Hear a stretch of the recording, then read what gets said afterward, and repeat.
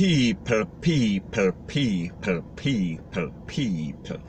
Que pasa, sapa, say what they do. Now the first part of this video is about a cooperating witness. We are speaking about a person whose name is C0NV, aka Cowboy. Now he was said to be the right-hand man of Christopher Dudus COKE. He was basically the TRIGGER man for the shower posse. Now people, this video is about him being granted bail in the court, in the federal court in New York, and this just happened a day ago or a day or two ago, maybe on Friday. He was given bail by the judge, and the judge's name is Margaret Kobe in New York. Now people, these are the details of the case. Now if we remember, this was the cooperating witness, the key witness, the confidential informant that played a very important part in the fact that Christopher Dudus got 23 years in the federal court for the smuggling of drugs. We are talking about cocoa, we are talking about the white lady, we are talking about the white horse. Now people, these are some more details about the case. This man is the snitch, this man is the rat, this man is the yellow belly cockroach. I am speaking about somebody that basically flipped on his friend, and because the US, we are speaking about the federal, we are talking about the feds. They wanted a cooperating witness, they wanted a key witness to make sure that they could have sealed the deal. So in other words, they were willing to get a next top-notch criminal to testify upon a bigger criminal. So therefore they were swapping black dog for black monkey, point blank and period. So anyways, it is said that after he cooperated with the feds, he was promised that he was not going to be deported, because people, these are also some facts. This man was a part of the shower posse. This man was selling drugs. This man was pelting corn pan people on the behalf of the shower posse, on the behalf of Dudus. So anyways, he did not have a visa. He did not have a US visa. He was not a resident. He was not a green card holder. And he definitely was not a citizen of the US. However, he was given a promise based upon the fact that he was going to testify that he would remain in the US, even though he did not have the proper papers, the proper documentation. So anyways, they basically betrayed him because they did not give him, they did not deliver what they promised. So in other words, him get F and get duck. So anyways, it was said that on about May 30th, he was deported back to Jamaica. And when he came back to Jamaica, him have to kind of lay low, and people remember that he was fighting his immigration case. Even though he did not have any green card, he did not have any visa, he did not have any documents. He was undocumented, he was illegal. So him come back at Jamaica now, and he claimed that he was laying low. And one day he was staying at a family's house, and some man roll upon him with some SHOTGUN and some machete and rete and lele. And he claimed that he had to jump through fence, jump through some bushes, run through some bushes, take to backyard and rete and lele, and end up in a cab at a safe place. So anyways, it is said that he called his lawyer in the US, and the lawyer called the judge, the federal judge, and the judge put a stop order upon him deportation. Now people remember, these are the same people we are speaking about, the feds, that promised him that he would not get deported after he testified, because obviously if he is going to be a snitch against Dudus, more than likely his life would be on the line, point blank and period.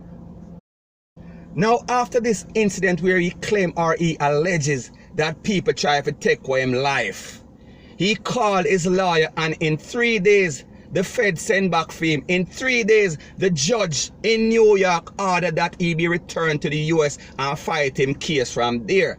Now, people, the funny thing is that what kind of case are you fighting? You are undocumented, you don't have a visa, you don't have a green card, and you definitely are not a citizen. So anyways, I am going to get back to that.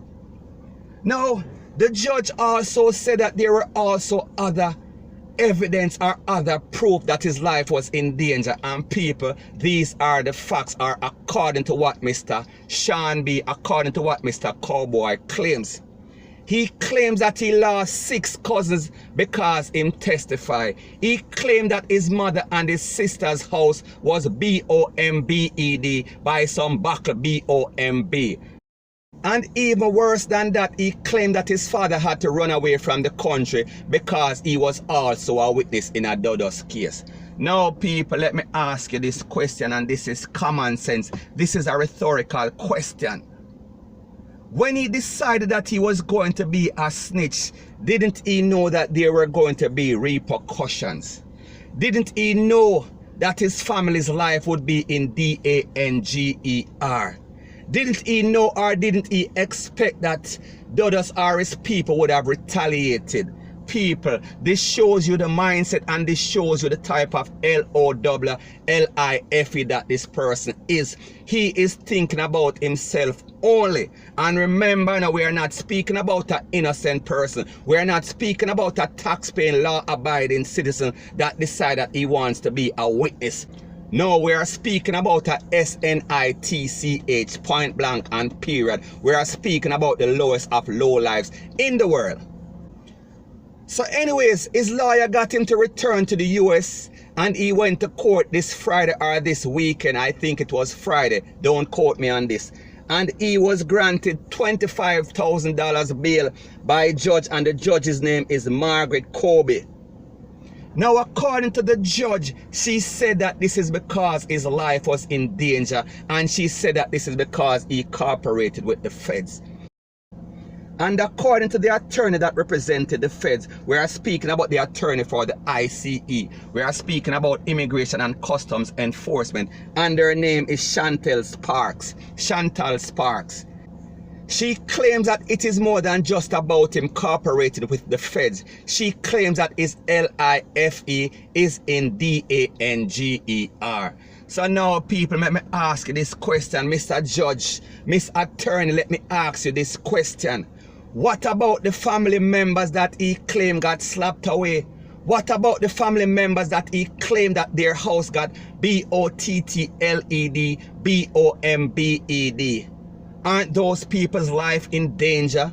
Didn't those people lose their life because of what he did? Didn't they lose their LIFE as a result or as a repercussion of his action? So my point is that what about those people? Their life did not count. It is all about getting a conviction. So it seems like it was all about the USA. It was all about a victory for the feds. It was all about winning a case. But what about those people in Jamaica whose lives were affected or who lost their life? People, somebody answer that question. The judge, the attorney, somebody answer that question, please. So now, people, when we listen to a case like this, and we see so many Jamaicans getting deported from the US for all sorts of reasons. Some of them petty and some not so petty.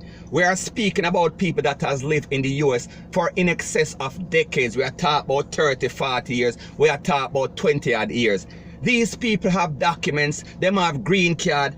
They have family ties, they have kids, they have wives, they have mothers, they have fathers, them have granny, them have everybody and Rete and Lele. But they make one simple mistake and they got deported back to Jamaica, where they know nothing about, where they were not raised. They don't know nothing about the culture. They don't have no family member in a Jamaica. However, there are many cases where they are deported, where Jamaicans are being deported from the US on a daily basis, on a monthly basis. Every time we're looking at the news, we see plane load of Jamaicans coming back from the US or UK or Canada, from first world nation, first world countries. So what about those people's lives? How are those people are going to adjust? But you are concerned with a known criminal. You are concerned with a known DRUGSDEALER. You are concerned with a known SHOTTA. So people, let me ask you this question, does it make sense? You don't see that something is fundamentally wrong with the laws in the US as it pertains to these people and them immigration policy and them snitch policy. People, let me know what you think in the comment section.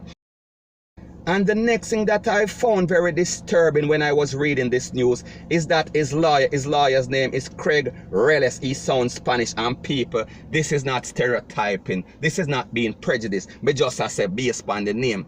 Is that he is claiming that his client, he is talking about C0NV, he is talking about AKA Cowboy, could not afford or might not be able to afford the $25,000 bill. So people, let me ask him this question. Let me ask Mr. Reles this question. Let me ask C0NV this question. All the time you're there at US, I sell DRUGS.